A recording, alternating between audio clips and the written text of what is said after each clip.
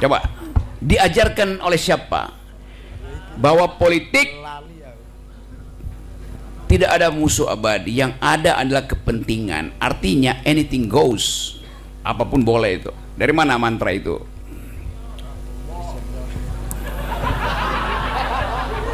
Cek. Oke. Saya pernah membaca artikel siapa? Saya lupa, Bung. Ada yang mengatakan begitu. Oke, ada yang mengatakan Anda tidak tahu dari siapa. Oke. Pertanyaan kedua, kenapa Anda pro pada mantra itu?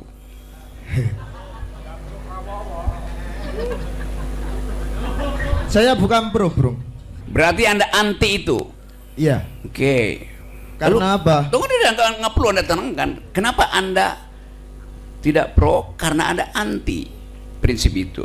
Jadi mulai sekarang batalkan prinsip itu. Siap. Lo kenapa Anda promosikan tadi?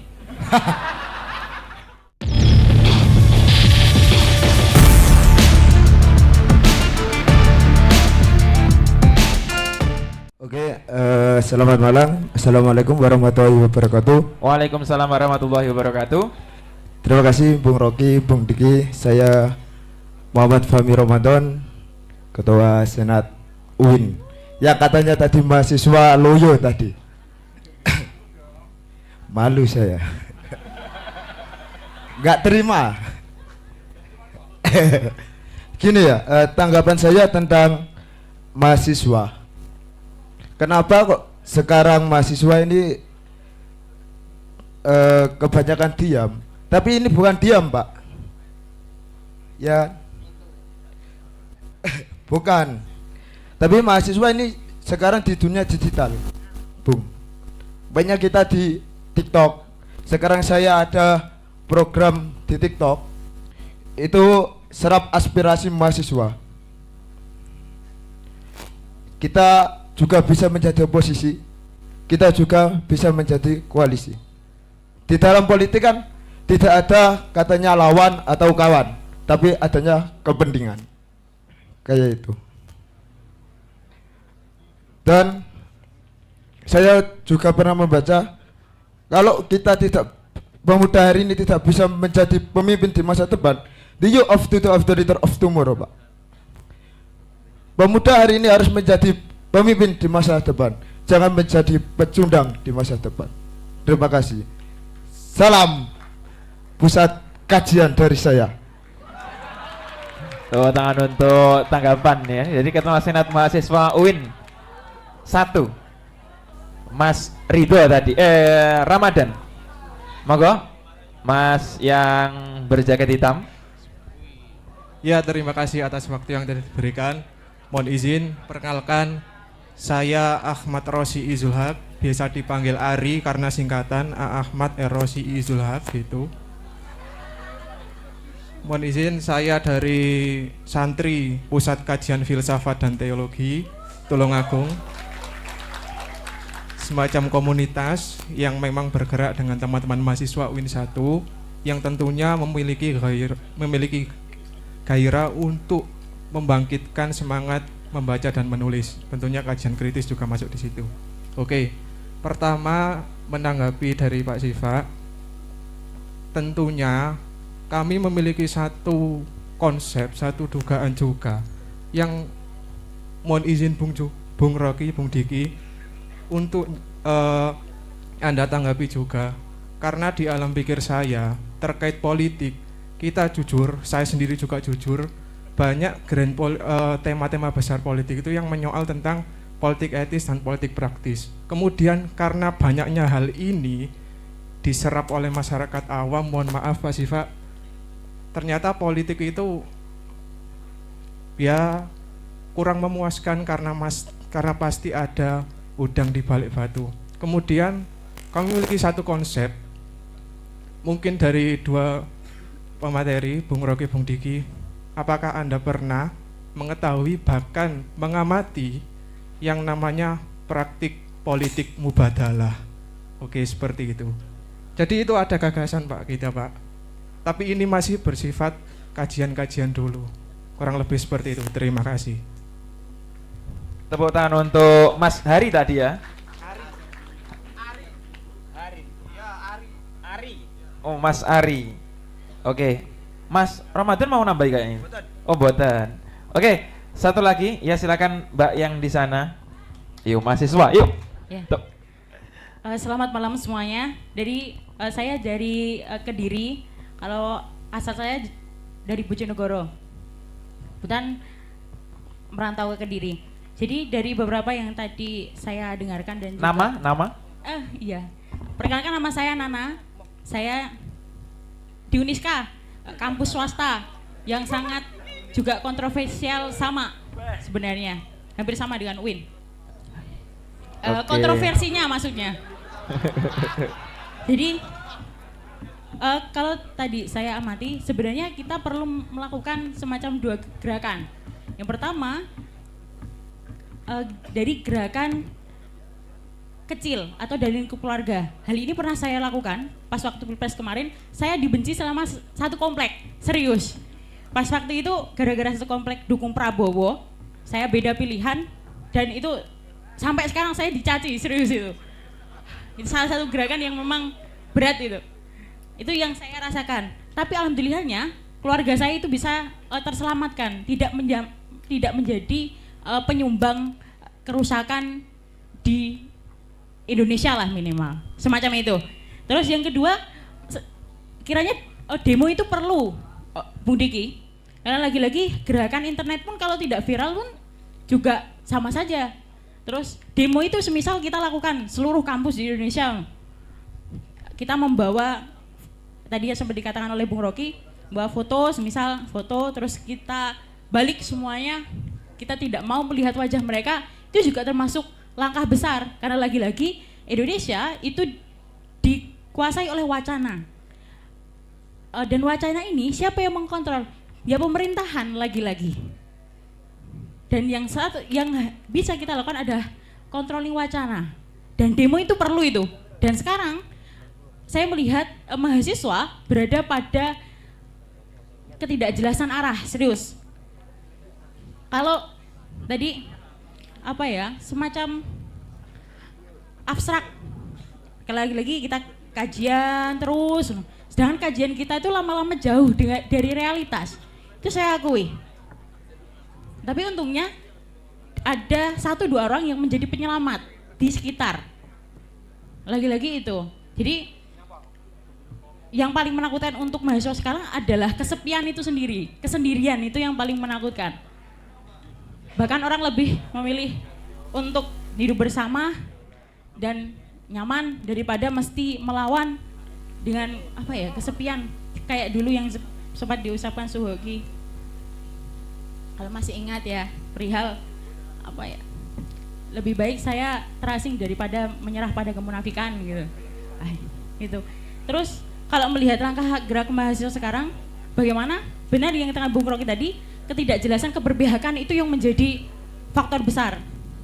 Karena ketika kita berada pada situasi yang memang abstrak nilai, sebenarnya baik itu semacam apa, buruk itu semacam apa. Dan sekarang baik dan buruk itu ditentukan oleh mayoritas. Netizen yang mengatakan bahwa Pak Prabowo itu baik, itu lebih banyak loh. Serius, lebih dominan di media sosial. Bahkan saya sampai mencopot akun TikTok saya, gara-gara saya itu kacau ini. Akhirnya saya punya IG saja, karena sudah butrek ini, semacam itu. Jadi saya tidak ingin melontarkan pertanyaan, karena yakin kalau pertanyaan ya sama saja jika kita tidak berani melakukan hal yang kecil dan tidak berani untuk terasingkan. Itu sih yang saya pegang hingga sekarang. Dan juga mungkin lebih, apalagi perihal orang tua tadi ya sempat disinggung. Sebenarnya orang tua pun bisa semacam kita diskusi, tergantung bagaimana kita diskusinya. Saya jujur, saya juga pindah jurusan juga karena ada cita-cita yang ingin saya emban. Terus saya juga perempuan, selama 1 tahun orang tua saya menentang saya untuk pindah karena lagi perempuan kan doktrinnya harus segera nikah atau ya, harus segera nikah. Dan itu semuanya mesti dimulai dari situ. Itu saja sih komentar saya sebagai mahasiswa. Ya mungkin bukan perwakilan, tapi setidaknya dari hati nurani saya di sendiri. Semacam itu. Terima kasih Terima kasih, tepuk tangan untuk Mbak Nana. Oke, itu tadi proposal untuk menolak negara. Saya mau ambil hal yang lain, melawan negara. Oke. Jadi menolak negara artinya mengabaikan seluruh fungsi negara yang ingin membujuk kita untuk tetap dalam keadaan miskin, bodoh. Kalau yang diterangkan tadi oleh Pak Diki itu kita lakukan, ekonomi bisa numbuh 5, 6, 7% di sini tuh. Lalu negara klaim Tulung Agung tumbuh 5, 6, 7%. Nggak ada hak negara buat klaim. Karena nggak ada APBD masuk di sini, nggak ada APBN masuk di sini kan? Karena nggak ada APBN masuk di koperasi. Jadi ekonomi itu bisa tumbuh tanpa ada intervensi negara sebetulnya. Kalau ada kemandirian, itu yang disebut koperasi. Kalau satu saat misalnya Pak Prabowo bilang, saya sudah menumbuhkan ekonomi 6-7%. Oke, kita lihat di mana sumbangan negara terhadap pertumbuhan itu. Anda belanja antara tetangga, ekonomi tumbuh kok. Jadi kita memang nggak perlu negara. Kalau negara ada dan memiskinkan kita, nah itu kita melawan negara. Sekarang saya masuk pada soal melawan negara ya. Tadi proposal Pak Diki adalah menolak negara. Tidak diperlukan negara. Sekarang kalau ada negara dan membuat kita miskin, maka kita mesti lakukan melawan negara, bukan menolak, melawan negara itu. Untuk melawan ada hal yang mesti dibedakan secara tajam. Dia melakukan kesalahan, pemerintah kesalahan, kita tidak tuh. Coba saya ulangi tadi, mana tadi mahasiswa tadi, coba kasih dia mic tuh. Saya mau diskusi sama dia tuh. Yang mana? Yang UIN, yang tadi pakai dalil bahwa ya itu nggak ada politik yang apa namanya musuh abadi, yang ada adalah kepentingan abadi. Coba saya mau ngobrol sebentar tuh ya, oke. Silakan. Dari mana Anda dapat mantra itu? Coba, diajarkan oleh siapa? Bahwa politik tidak ada musuh abadi, yang ada adalah kepentingan. Artinya anything goes, apapun boleh itu. Dari mana mantra itu?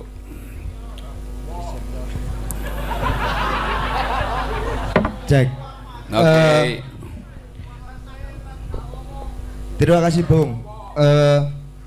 Saya pernah membaca artikel siapa? Saya lupa Bung. Ada yang mengatakan begitu. Oke, ada yang mengatakan Anda tidak tahu dari siapa. Oke. Pertanyaan kedua, kenapa Anda pro pada mantra itu?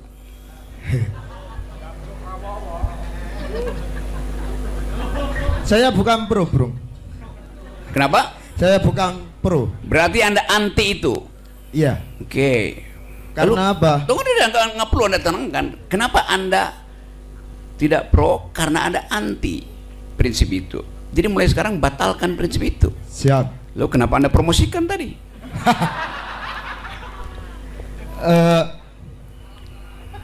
Siap, salah Bung.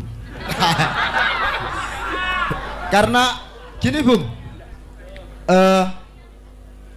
kita lihat realita sekarang. Kita, karena saya memakai prinsip itu, realita di pemerintahan kita itu memakai prinsip itu, Bu. Oke, jadi realita memakai prinsip itu, oleh karena Iya. itu Anda ikuti realita itu. Bukan mengikuti, Bu, tapi mengatakan cuma. Ya, Anda mengatakan karena Anda tidak menginginkan itu terjadi. Iya. Oke. Sekarang yang Anda inginkan terjadi apa? Negara ini maju tanpa adanya kepentingan pribadi, yaitu Oke. kepentingan rakyat ini. Oke. Kapan Anda akan buktikan itu di dalam perilaku? 20 tahun, 15 tahun yang akan datang ini, Bung. Oke. Kalau saya ada jabatan. Gini, Bung, prinsip kita, prinsip saya. Tunggu. Pelan-pelan. Oke. 15 tahun artinya, oke. 15 tahun yang akan datang Anda baru mau lakukan prinsip itu. Oke. Berarti tunggu 3 kali periode. Oke. Jadi Anda akan pakai prinsip bahwa tidak ada musuh abadi, ada kepentingan, kecuali 15 tahun akan datang. Oke. Setelah Gibran jadi presiden. Enggak lah, Bu. Loh, kan Anda bilang, lalu apa yang Anda analisis? Anda tidak ingin membatalkan 15 tahun itu kan? Kalau Anda ingin batalkan itu, Anda batalkan sekarang. Yes. Gini, Bung. Kalau kita tidak masuk di dalam sistem, bagaimana, Bung? Kalau ini sistem ini sudah buruk, bagaimana merubahnya itu? Oke, jadi Anda masuk sekarang ya. Kapan Anda akan mendaftar jadi anggota PSI? Tidak mungkin, Bung, dan tidak mau. Tidak mau. Kapan Anda akan mendaftar jadi anggota Gerindra? Saya tidak mau di. Kapan Anda akan mendaftar jadi anggota Golkar? Saya tidak mau di anggota. Kapan Anda akan mendaftar jadi anggota Gelora? Tidak mau mendaftar politik karena di dalam politik itu ada kepentingan. Lalu kenapa Anda bilang tadi kan Anda inginkan, Anda mesti ada di dalam. What a faulty logic itu. Gini, Bung. Oke, saya tahu itu. Ini namanya politik UIN.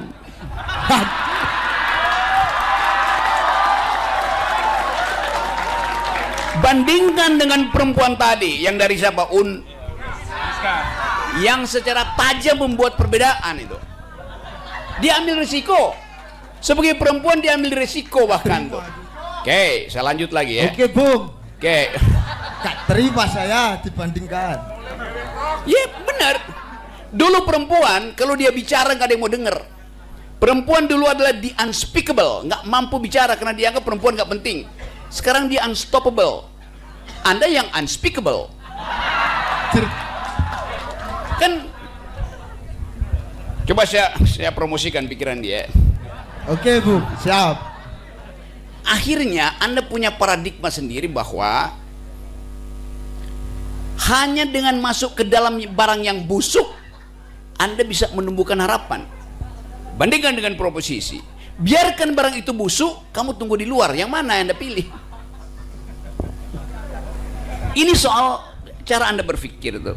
Dan lama-lama saya kenal bahwa UIN itu cara berpikirnya sama semua rupanya.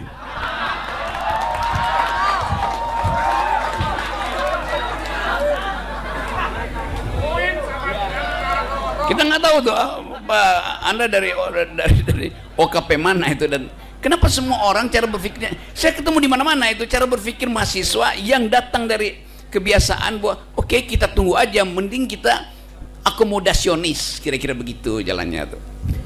Jadi itu bukan sikap ilmu pengetahuan, bukan sikap akademis. Anda mahasiswa ada tesis, Anda bikin antitesis, bukan Anda menyelundup bersama tesis yang pasti akan membusuk. Lain kalau Anda politisi, Anda pakai prinsip itu, anything goes itu. Jadi bayangkan di dalam upaya kita untuk menghasilkan perubahan itu, kegugupan untuk mengatakan tidak bahkan ada pada mahasiswa. Maka saya bisa bayangkan kalau Anda nulis skripsi Anda itu tidak ada tesisnya. Ada, Bu. Saya belum skripsian. Iya. Jadi ini bukan soal saya dengan Anda, tetapi cara berpikir itu. Ragu-ragu membuat tesis, nggak mungkin Anda lulus S2, nggak mungkin Anda disertasi kalau Anda ragu-ragu membuat tesis. Kalau Anda lulus itu berarti Anda pakai prinsip bahwa dosen itu menginginkan pikiran saya seperti dia, bukan pikiran Anda yang Anda tandingkan dengan dosen pembimbingmu. Sama, cara berpikir akomodasionis itu juga akan terjadi kalau Anda pacaran misalnya, juga begitu jadinya. Nggak ada sikap di situ tuh. Jadi jangan pernah mau jadi pacar dia ya. Saya gitu, Bung. Nggak, ini saya terangkan ini karena saya anggap ini forum akademis, hal biasa saya ucapkan di depan mas segala macam itu. Jadi saya kasih kritik itu untuk menunjukkan bahwa di dalam logika kita tahu kemana arah pikiran kita, tapi kita kunci untuk tidak bergerak karena kita takut pada konsekuensi. Konyolnya begitu. Tentu ini adalah bagian dari ekosistem pendidikan kita tuh. Ekosistem UIN misalnya yang tiba-tiba jadi siksak jauh banget dari kiri ke kanan, kanan ke kiri, ngikuti misalnya tuh Kemarin saya baca di koran, kata ketua NU, kami akan bersama-sama dengan Prabowo. Kita mau tanya, apakah itu sikap NU atau sikap seorang ketua NU yang punya semacam afiliasi kultural atau afiliasi non kultural dengan keadaan? Nah, boleh aja NU bilang begitu, boleh aja Menteri Agama bilang begitu, tetapi saya mau tuntut Anda sebagai makhluk akademis yang harus tajam dalam membuat hipotesis, tajam dalam mengajukan tesis, tajam dalam membentuk dalil, tajam dalam reasoning, kan itu dasarnya. Ya sekali lagi teman-teman, oke, ada aura baru di negeri ini untuk mengatakan tidak tapi dengan cara yang tidak. Itu sama seperti Anda tanya pada Gibran, semua pertanyaan pada Gibran akan dia bilang, ya itu kan keinginan masyarakat, tanya pada masyarakat. Padahal pertanyaannya pada dia. Sama halnya kalau Anda tanya pada Jokowi, sama pola itu. Nah, saya takut bahwa Jokowisme itu juga sedang merajalela di UIN. Tepuk tangan untuk Bung Rocky Gerung. Sampai saya mau menanggapi, Bung. Oh ya, monggo. Mari. Ya, oke, terima kasih. Jadi untuk pola pemikiran UIN yang sama, jujur saya sendiri merasa sakit hati karena saya tidak seperti itu. Dan juga teman-teman. Nah, oke, dua tab yang berbeda, Bung, mohon izin. Jadi teman yang di samping saya tadi terkait pernyataan yang tentang politik itu kepentingan, politik itu tidak lawan, tidak ada kawan. Kemudian dari hal yang saya sampaikan terkait politik, saya tidak pesimis dengan politik yang terjadi. Karena tidak pesimis, kemudian saya menawarkan gagasan baru yang masih berada di wilayah kajian, wilayah perumusan, yaitu politik mubadalah. Di mana memang kesalingan ini menurut kami, saya dan teman-teman, ini mampu untuk mengkatrol kembali kepentingan bersama, saling berusaha dan berupaya untuk mencapai yang namanya masa depan yang lebih cerah. Jadi seperti itu, Bung. Jadi mohon maaf, saya sangat tidak sepakat dengan adanya pernyataan Anda bahwasanya mahasiswa UIN itu pola pikirnya gitu-gitu saja. Terima kasih. Saya tidak mengatakan itu, saya menuduh. Itu poinnya di situ kan? Iya. Dan Kenapa saya menuduh? Karena saya punya algoritma di situ. Maka konsekuensi dari algoritma itu saya tuduh aja buat dalil-dalil UIN itu akhirnya pragmatis kan, dasarnya itu tuh. Boleh dibantah, ya Anda mesti ajukan bukan data baru tapi konsekuensi baru dari kepentingan UIN di dalam politik hari ini. Di dalam politik hari ini mungkin kemarin juga beda atau segala macam tuh. Kalau saya bikin semacam perumpamaan atau bukan perumpamaan, semacam reasoning aja tuh, bahwa ada akidah itu tumbuh dalam ibadah. Ibadah itu harus menghasilkan konsekuensi. Akidah bilang keadilan, kebenaran. Ibadah terapkan itu dan konsekuensinya Anda bayar zakat apa enggak. Itu satu pikiran kan. Dapat poin itu sebagai orang yang belajar teologi dan filosofi itu. Iya, mohon izin menanggapi. Bahwasanya terkait ibadah itu ada muamalah dan memang ada dua sisi ibadah, muamalah dan memang dan ada yang ibadah mahdhu dan ghairu mahdhu. Ghairu mahdhu untuk menyebut muamalah. Iya. Ya. Memang untuk ibadah ini Tuhan agama mengatur bagaimana tata cara, step by step dan sebagainya.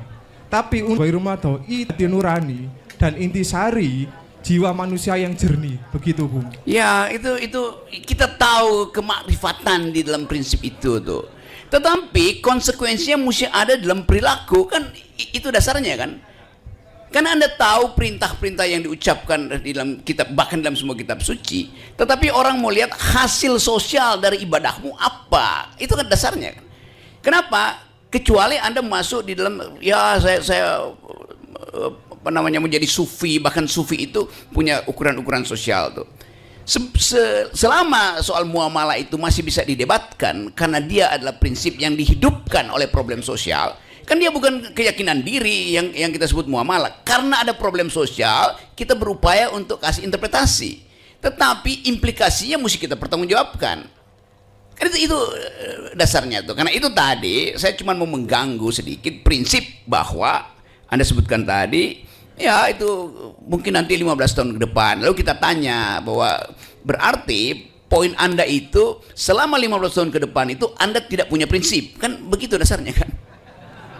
Itu aja. Jadi sekali lagi ini forum di mana kita juga coba bersihkan cara kita bernalar itu kan. Politics adalah hal tentang kemungkinan. Politics is the art of the possible. Di situ terjadi tukar tambah. Kan itu yang diajarkan pada saudara. Politics is the art of the possible. Seni tentang kemungkinan. Segala hal bisa dilakukan di situ tuh. Termasuk bersekutu dengan kemaksiatan. Yes. Coba kita ubah misalnya. Politics is not the art of the possible. Politics is the art of attacking the impossible. Lebih kuat mana dalilnya di situ? Nah itu soalnya. Assalamualaikum warahmatullahi wabarakatuh.